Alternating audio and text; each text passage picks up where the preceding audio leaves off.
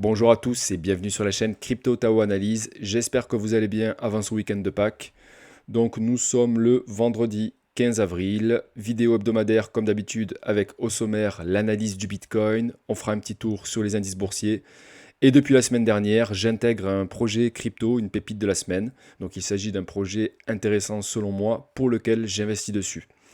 Dernière info, j'alimente petit à petit mon compte Twitter, donc je commence à partager des choses intéressantes entre deux vidéos, justement, ça permet d'être un peu plus réactif. Donc voilà, là je parlais un petit peu de l'order flow, là j'ai parlé un peu des liquidations. J'ai même partagé un petit short que j'avais fait sur le Bitcoin avec la target à 39K. Voilà, donc qui était gagnant. Donc voilà, n'hésitez pas à regarder, ça peut être intéressant. Et puis ben, c'est parti pour l'analyse du Bitcoin juste après l'intro.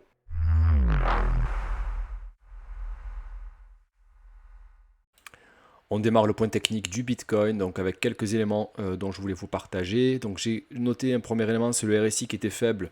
C'est un peu en rétrospective des derniers mouvements qui a eu lieu justement avec le rejet au niveau de la résistance qui est au niveau du Fibonacci de 38,2%. Même si les acheteurs dominaient le combat, on n'a pas eu de zone de surachat comme j'aime bien les voir.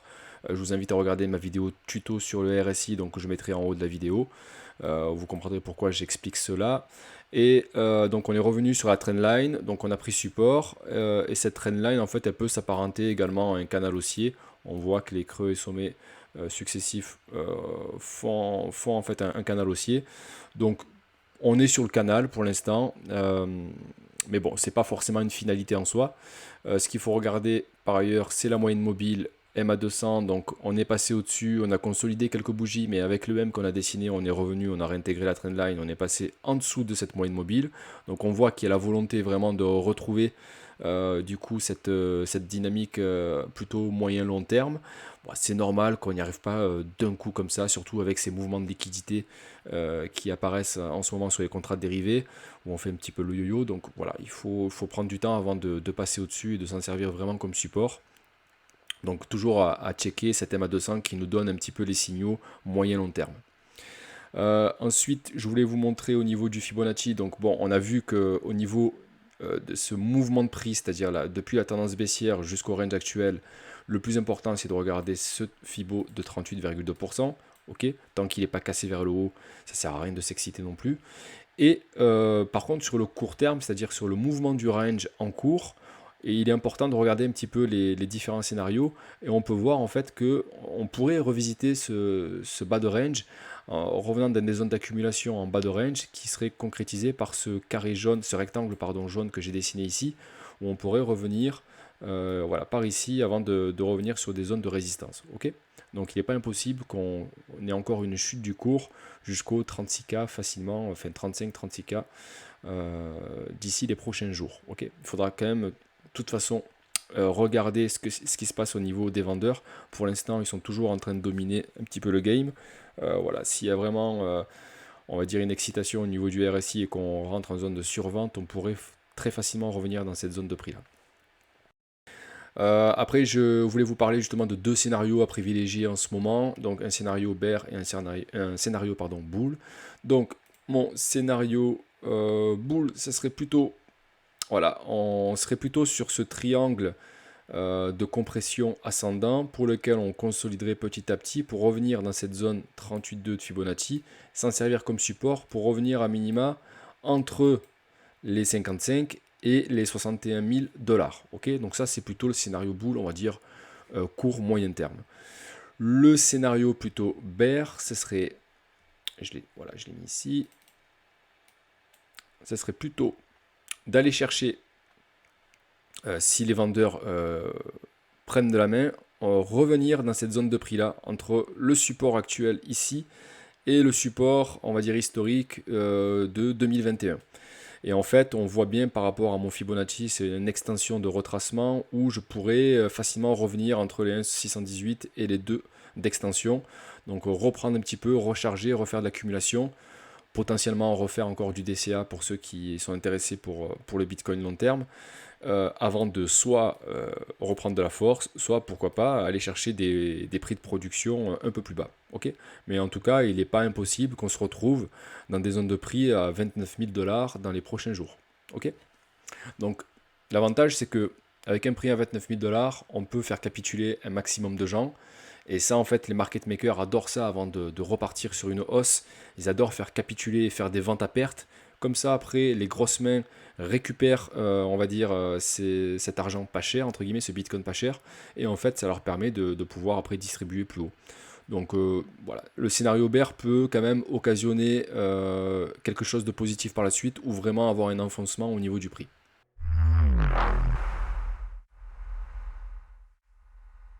Concernant les contrats dérivés, on a toujours un ratio long-short en faveur des longues de manière majoritaire, donc on est à plus de 70% de longues. C'est ce qui occasionne, pour ma part, en tout cas je pense, de privilégier le scénario bear pour l'instant, ce qui permettrait de faciliter la liquidation des longues, revenir sur ces zones de prix-là, et puis en fait voir un petit peu ce qui se passe si le sentiment du marché s'inverse ou pas. Rappelez-vous, on va dire dans la psychologie des marchés, ce qui est important, c'est que la majorité des gens soient bearish pour que justement l'actif en question puisse faire une poussée haussière. C'est le paradoxe justement quand on est justement beaucoup instrumentalisé sur les contrats dérivés, etc. Donc pour l'instant, étant donné que nous avons un sentiment bullish sur les contrats dérivés, cela donne justement à manger aux market makers pour venir liquider en dessous du cours, c'est-à-dire liquider les longues. Ok. Je voulais faire un petit point sur Ethereum qui est un peu moins bullish sur les contrats dérivés, mais par contre il y a toujours la majorité. Voilà, c'est la différence avec Ethereum, je vais vous montrer, c'est que lui en fait, il a validé son W et il est en plein wake of check, donc retour sur ligne de coup. Donc ça peut être pas mal, voilà, comme je l'ai dessiné ici actuellement. Alors je vais enlever ça. Ici en fait actuellement on a un retour sur la ligne de coup du W, donc on pourrait potentiellement récupérer, prendre support et aller sur des niveaux au-dessus pendant que le Bitcoin ne fasse pas grand chose. Sachant encore une fois que Ethereum au niveau de sa roadmap, il y a quelque chose d'intéressant sur sa mise à jour du système prévue pour juillet 2022, donc très, très prochainement. Ça pourrait justement lui permettre de faire cette poussée haussière et de faire comment dire, de la hype sur Ethereum. Ok. Donc attention, on va regarder un petit peu plus. Enfin, en tout cas, je vais vous présenter et je vais analyser de plus en plus Ethereum parce que bon, pour ma part, c'est l'actif que je privilégie en termes d'investissement long terme, mais ça ne regarde que moi. Et puis parce que justement, étant donné qu'il y a des news à venir et que le Bitcoin est assez poussif pardon, dans cette phase de range, l'Ethereum pourrait faire sa petite vie tranquillement en attendant que Bitcoin prenne des décisions plutôt long terme. Ok. Euh, pour terminer sur les contrats dérivés, bon, on voit que l'open interest est toujours en augmentation sur la majorité de l'écosystème crypto-monnaie. On se rappelle de la liquidation des longues qu'on a eu le 11 avril et le 6 avril. Donc j'avais fait un tweet là-dessus, il me semble. Pour l'instant, c'est un peu la calmie, mais on pourrait justement revenir, comment dire, liquider encore des longues comment dire, en aidant le marché à aller chercher des plus bas. Ok. Donc voilà pour la partie analyse technique du Bitcoin.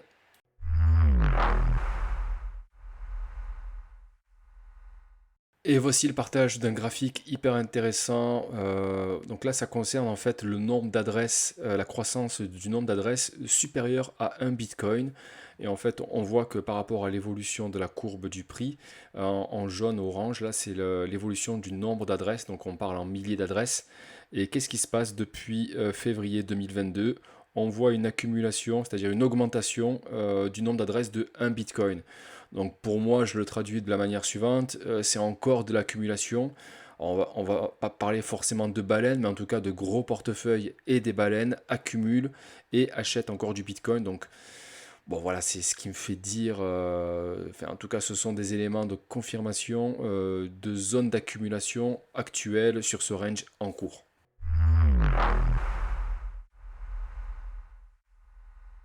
On passe au S&P 500. Donc, on a un truc intéressant aussi sur la S&P. On le voit un petit peu mieux en 4 heures. Donc voilà, si je me mets en 4 heures, ici, si vous vous souvenez, on avait réussi à faire des creux et sommets ascendants, ok. Et ici, actuellement, en fait, on a eu du coup une chute du cours, mais on est potentiellement toujours sur un wake of check, c'est-à-dire un retour sur ligne de coup. Donc si on garde cette zone de prise support, ça peut donner de l'élan pour une reprise haussière. Ok. Donc voilà, attention, c'est plutôt intéressant. Il faudra voir comment se comporte Wall Street ces prochains jours. Est-ce qu'on va réussir à tenir support et à garder cet élan, c'est-à-dire cette force acheteur qui est ici, pour faire une reprise haussière au niveau du S&P.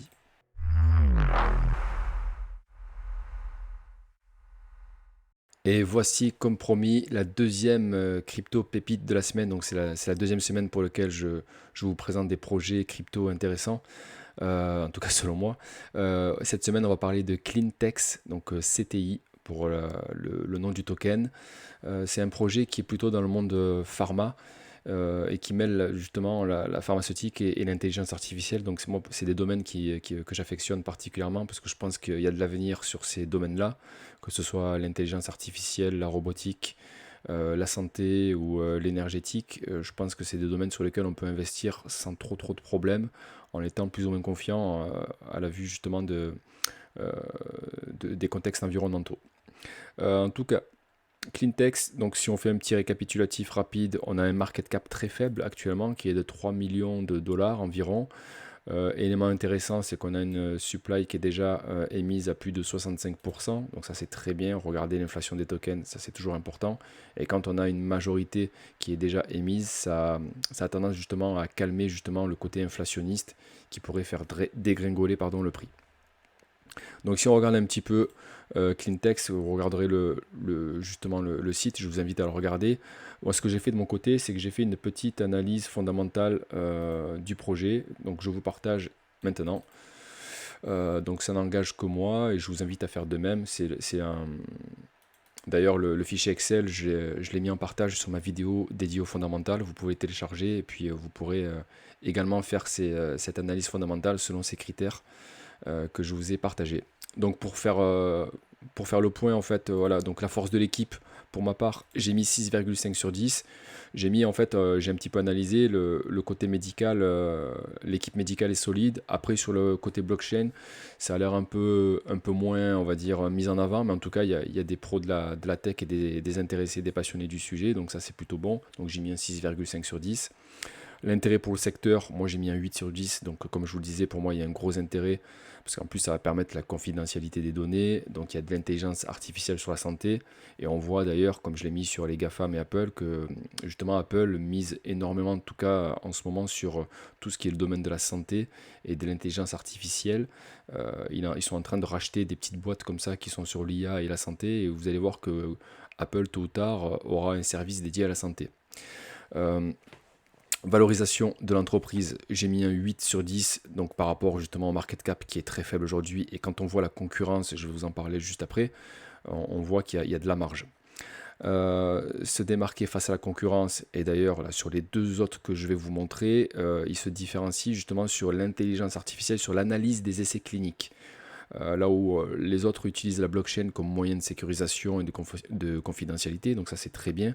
Mais là en plus, leur particularité, c'est qu'il y a cette espèce d'algorithme qu'ils vont créer pour faire de l'analyse sur les essais cliniques et récupérer de la data justement à ce niveau-là, ok, pour anticiper justement des essais et diriger les essais selon justement cette intelligence artificielle. Gestion de l'émission des tokens, 65%, donc d'émission, j'ai mis un 7 sur 10 parce qu'on est déjà supérieur à la moyenne, donc ça c'est très bien. Force du marketing et communication, j'ai mis 6,5. Bon, j'ai vu qu'ils étaient présents sur Twitter, sur Telegram, ils ont une chaîne YouTube. Ça manque un petit peu de news côté Twitter, mais bon, je veux dire, il n'y a rien de problématique. Ils sont présents, ils envoient quelques tweets et quelques infos de temps en temps, donc c'est déjà très bien, il y a le minimum.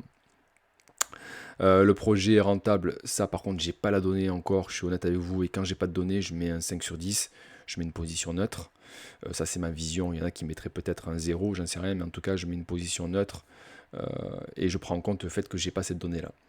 Et des early investors, je n'ai pas d'infos non plus, donc j'ai mis aussi un 5 sur 10, ce qui fait une moyenne globale à 6,6 sur 10, donc c'est plutôt très bien. Donc voilà, entre 6,1 et 10, c'est un projet intéressant, donc, voire très intéressant. Donc voilà, c'est pour ça que je vous en parle. Et du coup, voilà, je voulais faire le point là-dessus, vous partager un petit peu ma vision du fondamental sur ce projet.